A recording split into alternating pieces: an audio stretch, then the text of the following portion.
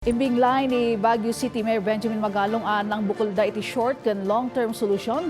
Tapno malapdan ti kanayon panakapasamak ti aksidente ti Suello Road, Suello Village Asin, Baguio City. Kasarunod ito iti aksidente nakatayan ti duwa nga individual ken banakadangran ti maysa idila ang kanikadwa. Sigun kini Mayor Benjamin Magalong, mangipasdagda iti road sign ni Jesken Rumble Strips.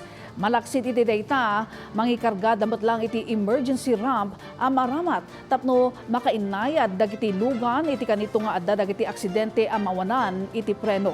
Dinakamat na akit kitaan damat lang no anyapay ti disenyo napintas nga aramiden da iti naso kalsada tapno saan nga agbalin hazardous wenno delikado para kadagiti motorista. Maglalagay kami ng mga signages doon, no?